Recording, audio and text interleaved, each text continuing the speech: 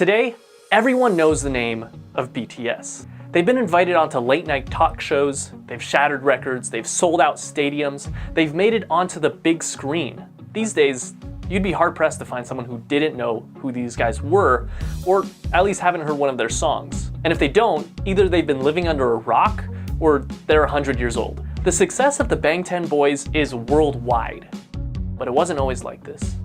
And it all started with one man. YG. YG wanted to make himself a rap group. In the late 90s, he experimented with this idea with different trainees, eventually choosing 7 members. And while 3 of them eventually left, the remaining 4, Teddy, Danny, Jinhwan, and Baekhyun, debuted in 1998 as One Time. Their first album, titled One for Your Mind, was one of the year's best-selling albums and won several awards, including the Global Disc and SBS Music Awards for Best New Artist and KMTV's Award for Best Hip Hop Artist. The group enjoyed moderate success and released 4 more albums before going on indefinite hiatus in 2006 due to their mandatory military service. The year was 2010, and the 5-year-old company, Big Hit Entertainment, had previously signed 2 artists, 88 and 2AM. They had their share of successes, but they were very traditional K-pop groups. Big Hit wanted a fresh, new sound, and upon listening to One Time, CEO Hitman Bang Si-hyuk had decided that that was the sound that he was looking for. And on top of that, the youth needed someone to relate to, and more importantly, look up to. He had decided he would create a hip-hop group.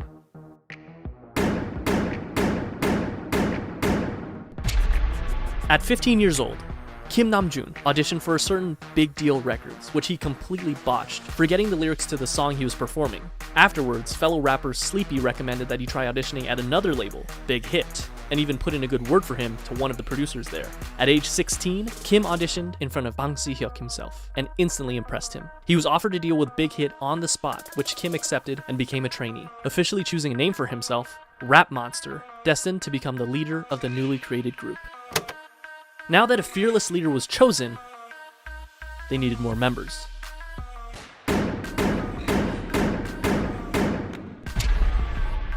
Min Young-gi was a 17-year-old living in Daegu, an avid basketball player and rapper. He had been interested in music, especially rap, from a very early age, and despite his parents' disapproval, started performing as a rapper while still in high school. He quickly gained attention as a rapper and producer in the underground hip-hop scene. One day he saw a flyer for a rap competition called Hit It and decided to participate. And although he only placed second, the company hosting the competition, you guessed it, Big Hit, decided to sign him on as a producer. Hitman Bang spoke with him afterwards, convincing him to join a newly created hip-hop group. He told him to just focus on rapping and assured him that he wouldn't need to dance. He was lying. And just like that, the new group had a second member, known as Suga, a combination of the first 2 syllables of shooting guard, his favorite position in basketball. But they wouldn't stop there. Rappers were nice, but Big Hit actually needed a dancer. Jung Ho-seok always loved dancing. He was in the starting lineup of the dance crew Neuron in his hometown, Gwangju. He was good at it too, winning several local championships and even winning a championship at the national level in 2008. When he decided to audition for JYP Entertainment though, after a few rounds of auditions, he was cut. Fortunately, he didn't give up and went to his second option, a smaller, lesser-known company, Big Hit Entertainment. His dance skills and strong understanding of rhythm made him an instant favorite, and he was signed on as J-Hope. Not only that, but they saw potential in him to become a rapper, which at this point he had little experience with. However, J-Hope quickly felt that he wasn't a good fit and decided to leave Big Hit until RM convinced both J-Hope and Big Hit that the group wouldn't be complete without him. He was right. 아니 근데 형 항상 중앙보이 아니에요? 정우석 와야 된다고. 정우석 안 오면 시라고 된다고. 멤버 그냥 믿고 간 거야 나도 그냥. 올해 했고 멤버 보고 왔다. 멤버 보고 왔어 진짜. 근데 나는 진짜 네가 With the addition of J-Hope, the rap line was complete. Now they needed some singers. Now, just like how RM, an amazing rapper with a ton of experience, was chosen as the first official member of the rap line, it would only make sense that a legendary singer and dancer would be the perfect first member of the vocal line. Right?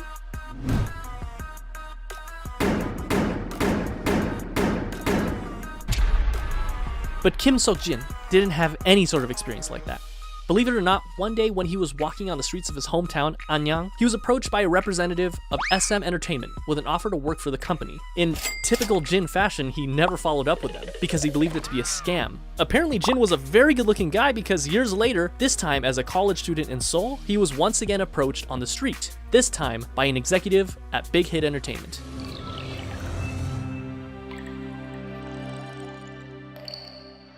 He didn't sing, he didn't dance. He was at school to become an actor, and he decided to audition to become an actor. Big Hit, however, had different plans for him, and convinced him to become a vocalist for their new group.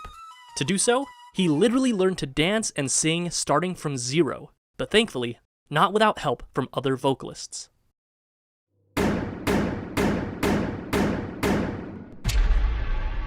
Jung Jung-kook initially had dreams of becoming a badminton player when he was young, but after seeing G-Dragon perform Heartbreaker on television, it influenced him to want to become a singer instead. Because of this, at only age 14, he decided to audition for the South Korean talent show, Superstar K. He didn't pass auditions, but this was just enough to catch the eye of not one company, not two companies, but 7 different companies. This included JYP, FNC, Woollim, Starship Entertainment, TS, Cube, and of course, Big Hit Entertainment. So why did Jungkook, given the choice of all these bigger companies, decide to go with the relatively smaller company, Big Hit? The answer was simple. Because he thought, and I quote, "RM was cool, so I wanted to sign with them." That brings the number of members to 5. The next member of BTS was just as surprised to find Big Hit as Big Hit was to find him, and it almost didn't happen.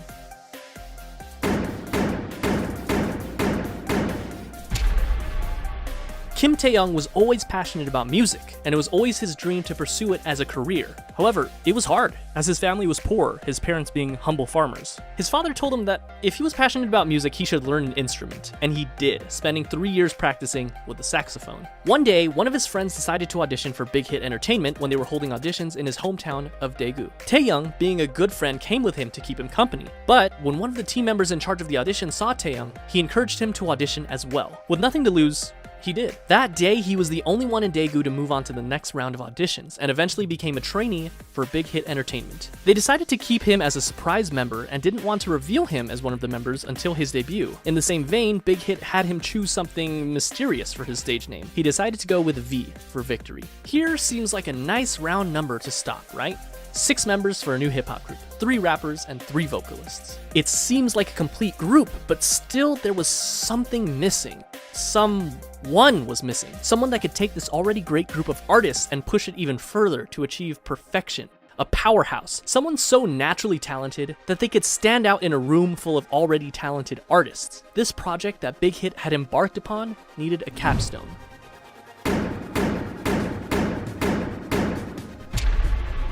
Park Jimin was a naturally talented dancer. When he was in middle school, he attended a dance academy and continued to pursue dance at Busan High School of Arts, where he studied contemporary dance and was the top student in the whole modern dance department. Impressed by his raw talent, a teacher encouraged him to audition for Big Hit Entertainment, who were holding auditions in Busan. He was only 16 when he passed the audition and moved to Seoul to become a trainee. He was the final member of the group, and he also had the shortest training period.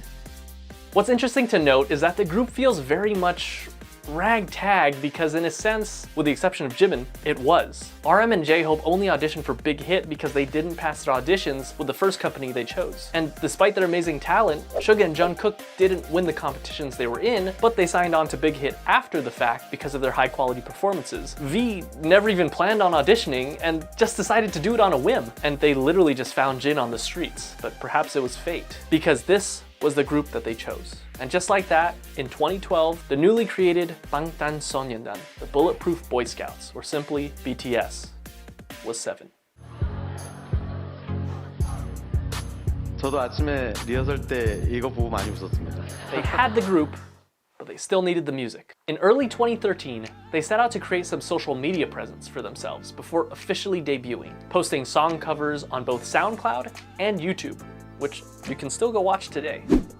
In May, Big Hit launched a countdown clock on their website in preparation for BTS's debut album, complete with a trailer and a ton of promotional material, including photos for the first time of all the members in the official lineup. Finally, the big day came. June 12, 2013, BTS held a press conference and a debut showcase where they performed their 2 singles, No More Dream and We Are Bulletproof Part 2.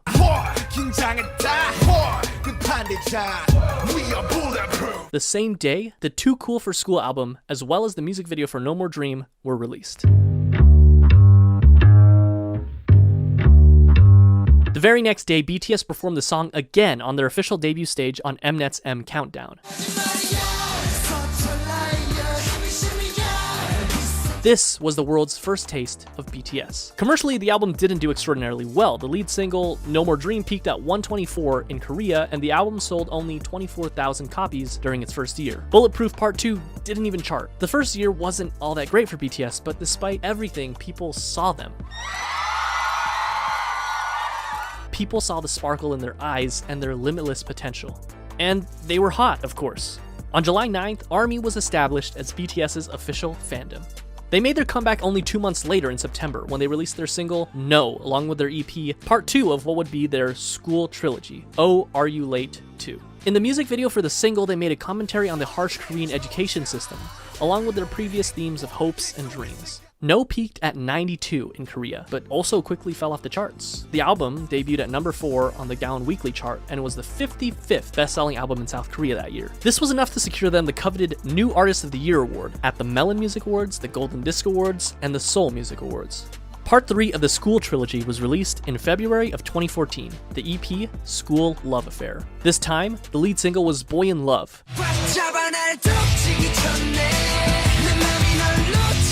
and the other single being Just One Day. The album, as well as both singles, enjoyed moderate success, with the album topping the Gaon album chart, as well as making its first international appearance at number 3 on the Billboard World Albums chart. The album also marked their first distinctive change in theme, focusing more on school life and young love, as evidenced by their Boy in Love music video. They also held their first fan meetings with a crowd of 3,000 in Seoul. BTS was doing well.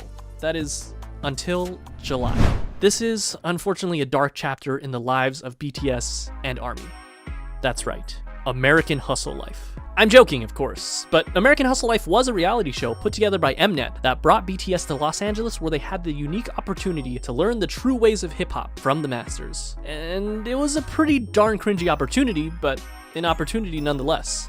Whatever you do, just don't watch the Warren G version of Boy in Love. You've been warned. However, cringe and all, the trip proved fruitful for BTS, making connections, performing their first US concert for free in front of 200 fans, as well as their first appearance at KCON. The next month, in August, BTS released their first full-length studio album, Dark and Wild. The album featured 2 singles, Danger and War of Hormones. The album featured a marked shift in sound with a touch of R&B and electronica. It was met with moderate success. It peaked at number 2 in Korea, selling over 200,000 albums. In October, and again in May of the following year, BTS went on their first and second concert tours, known as the Red Bullet Tour, where they visited 13 different countries, including Japan, the Philippines, Australia, the US, Mexico, and many others. They also came out with their first Japanese album in December, Wake Up, featuring many Japanese versions of their songs, as well as original tracks Wake Up and The Stars, followed by a Japan tour and a solo concert in Korea.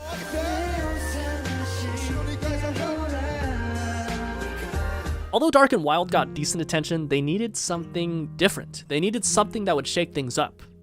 They got to work. April 29, 2015 was their comeback. When this album was produced, each member had a hand in writing songs for the album. They again changed their sound, from aggressive hip-hop to youthful, colorful styles. And not only their sound, but their image as well. This can be evidenced by their newest EP, The Most Beautiful Moment in Life. And just by looking at the album cover, they ditched the dark colors and the bulletproof vest symbol that had become so synonymous with BTS, and replaced it with a simple white and pink background overlaid with the title. And then, they dropped the single that would change everything. I Need You. I need you, girl. It was sentimental, it was hopeful, it was new. Just by looking at the music video, we can see that BTS has also ditched their punk bad boy image and replaced it with a more real, vulnerable, down-to-earth, and youthful feel. This proved to be the change that BTS needed for mainstream success. Billboard called it one of the greatest K-pop songs of the decade. It charted at number 5 in Korea, and even led them to their first music show win on SBS MTV's The Show. And that wasn't all, they released their second single, Dope, on June 24th, which started off with a poignant line from RM. 어서 와. 방탄은 처음이지? Welcome. Is this your first time with BTS? And you know what? For a lot of people, it was. In a way, their first studio album and tour can be seen as their stepping stone between old school BTS and new school. In November, they came back with their follow-up EP, The Most Beautiful Moment in Life, Part 2, the second EP in what would be dubbed the Youth Trilogy, which featured the single Run. The album focused even more on the frivolity, friendship, and carefree attitude that comes with enjoying one's youth, but just like in I Need You, contrasted that with suffering, depression, loneliness, society, and the stark and sometimes dark reality of life. Compare this with the far cry of the No More Dreams music video. It felt real. It was darker, grittier, more humble, more meaningful, and most importantly, RM lost his mohawk. Run also connected narratively with their previous single, I Need You, and another video released in September titled On Stage Prologue established what would come to be known as the BTS universe, or the BU, which would eventually combine music videos, short films, books, short stories, webtoons, and even a mobile game to create a cohesive story. And I won't go down this rabbit hole because there is a lot to digest, but it's definitely something to look into if you're a hardcore ARMY. The same month, they kicked off their third tour, The Most Beautiful Moment in Life on-stage tour, where they performed songs from their two recent EPs, Part 1 and Part 2. And Part 2 was a hit, their biggest so far. It topped the weekly Gaon album and Billboard World Albums charts, and on Billboard, it stayed there for multiple weeks, the first K-pop act to do so. It also appeared on the Billboard 200 albums chart, not world albums, which is reserved for foreign non-English songs, but simply the top 200 albums, peaking at 171. Which is kind of amazing considering that this was back in 2015. They also received Best World Performer at the 17th Mnet Asian Music Awards. This brings us to Part 3 of the Youth Trilogy, The Most Beautiful Moment in Life, Young Forever, released on May 2nd, 2016, which featured probably my favorite BTS album cover. Young Forever was actually a compilation album of parts 1 and 2, so it was mostly the same songs, but it was notable that it had some new singles, Epilogue, Young Forever, Fire, and Save Me. The latter two performed exceptionally well, with both songs topping the Billboard World Digital Songs chart. This was also the second BTS album to chart on the Billboard 200 at 107, and it topped both the Gaon weekly and monthly chart, which earned BTS their first Daesang. 방탄소년단 축하드립니다. Album of the Year at the 8th Melon Music Awards. They went on to do the second half of their tour, The Most Beautiful Moment in Life on Stage Epilogue, selling out many of their concerts and even selling out KCON in the US where they headlined the event. In September, they dropped their second Japanese album, Youth, featuring Japanese versions of tracks from their previous 3 EPs, which went gold and peaked at number 1 on Japanese charts. And only a month later, in October of 2016, it happened. BTS dropped their second studio album, Wings. It sold over 500,000 copies in its first week. In comparison, The Most Beautiful Moment in Life Part 1, released just the previous year, which topped the Gaon chart, sold about 500,000 in its entire lifetime. Wings was big, but the true showstopper was its lead single, Blood, Sweat, and Tears, which got them their first all-kill, topping 8 music charts in South Korea. Its music video gained 6 million views in the first 24 hours, which broke the YouTube record for the highest number of views of a K-pop group music video within 24 hours. The album hit number 26 on the Billboard 200, the highest ever charting K-pop album on Billboard. They ended up selling 1.5 million copies in South Korea in 2016 alone, and it netted them the Artist of the Year award at the Mnet Asian Music Awards that same year, the first non-Big 3 artist ever to receive that award. 수상자는 방탄소년단.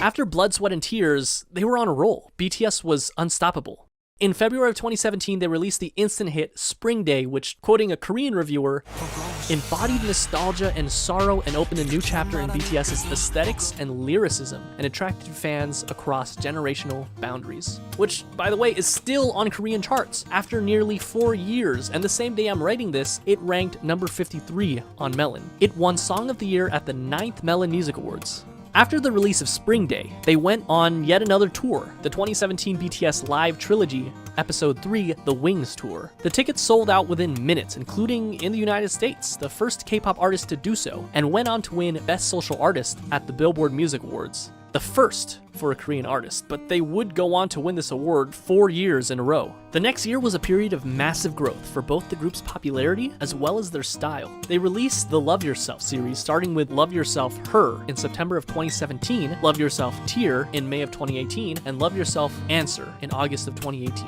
3 albums that gave us some of the most classic BTS songs that we know and love today, such as Mic Drop, Fake Love, Euphoria,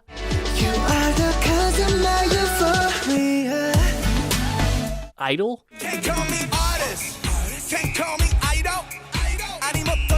and of course,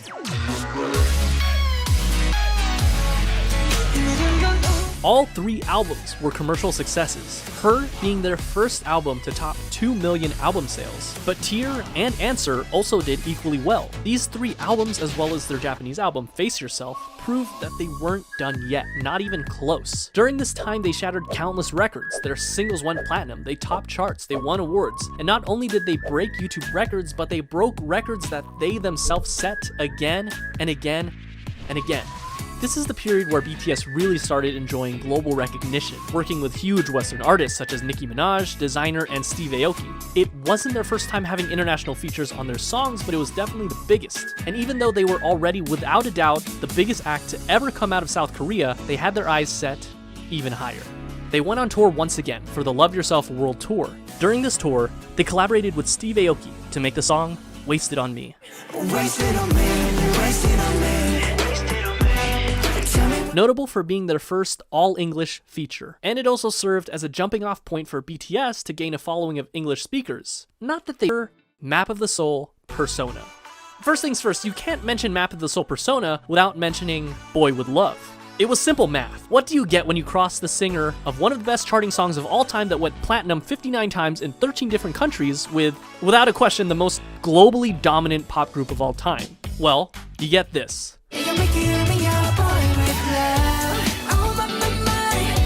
Nothing less than an instant hit. Number 8 on Billboard Hot 100, platinum in the US, 21 music show wins, number 1 on iTunes in 67 different countries, the most liked and the most viewed YouTube video in the first 24 hours, the fastest video to reach 100 million views, a current view count of over 1 billion views, 7 boys, 1 girl, and 7 different hair colors. They were the talk of the town, invited to talk show after talk show after talk show. The second single on the album was Make It Right.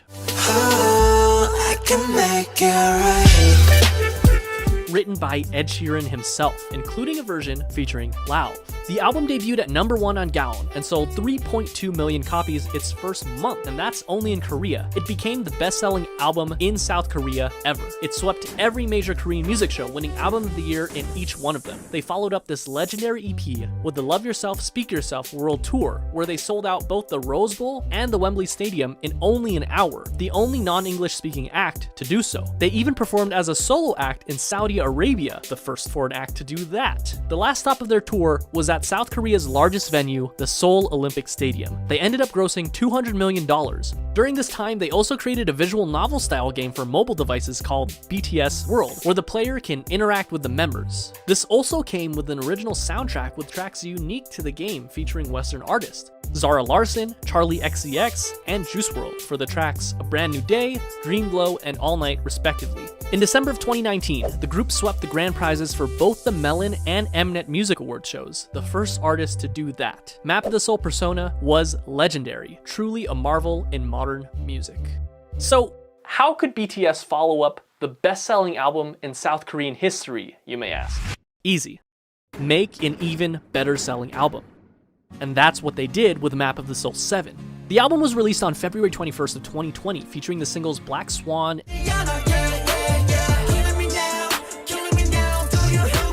and On.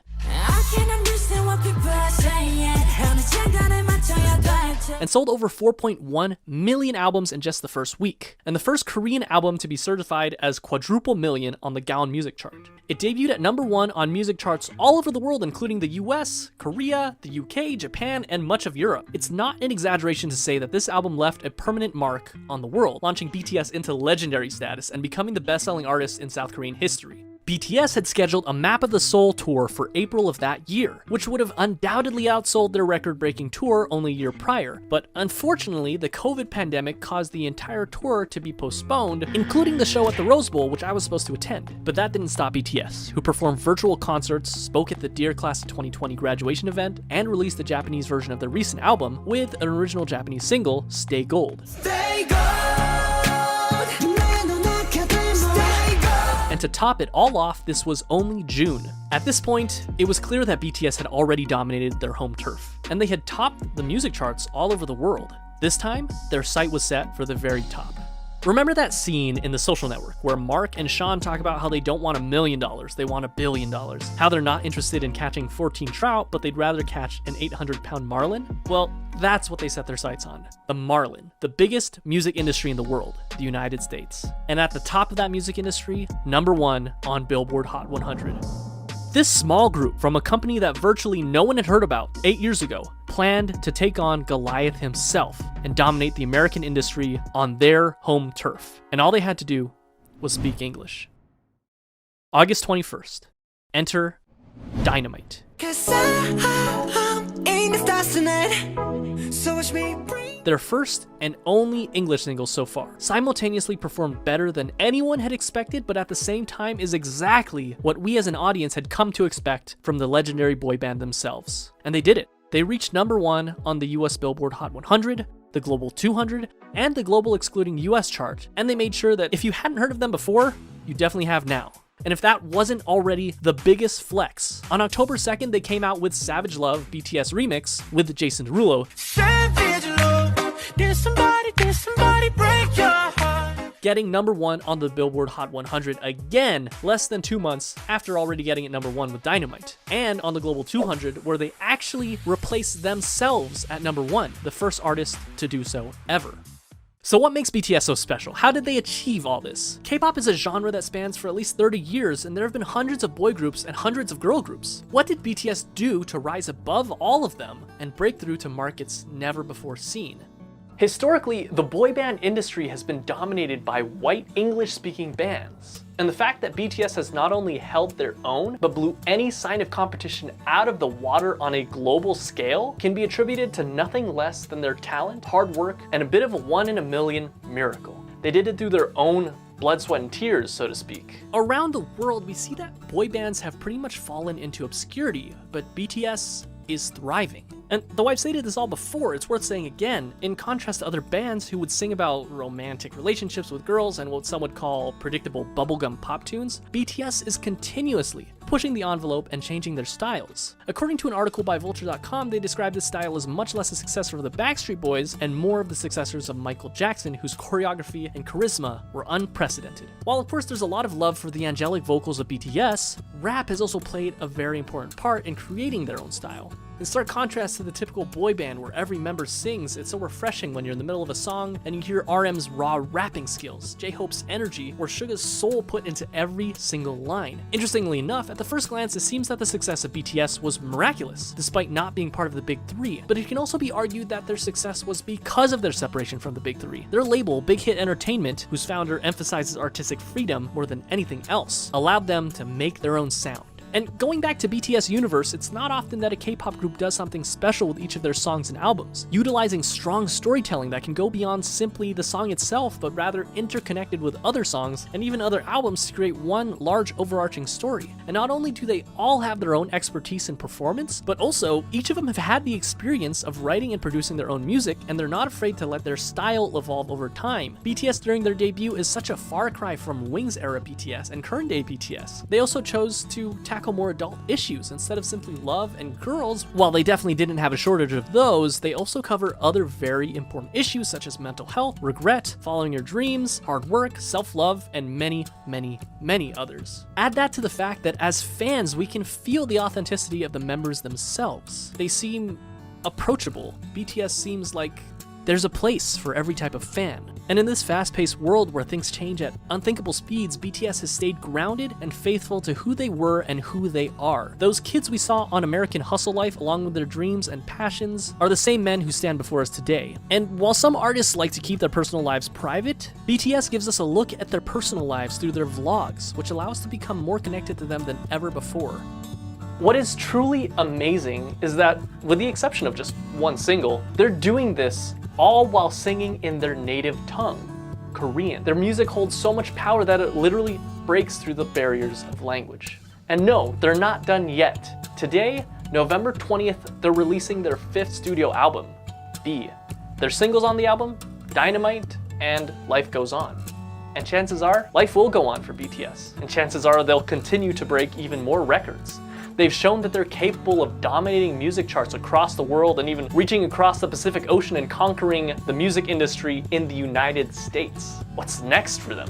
Mars? In any case, they've only started in 2013 and BTS is as strong as it's ever been. As far as we know, they will only continue to light it up like a dynamite.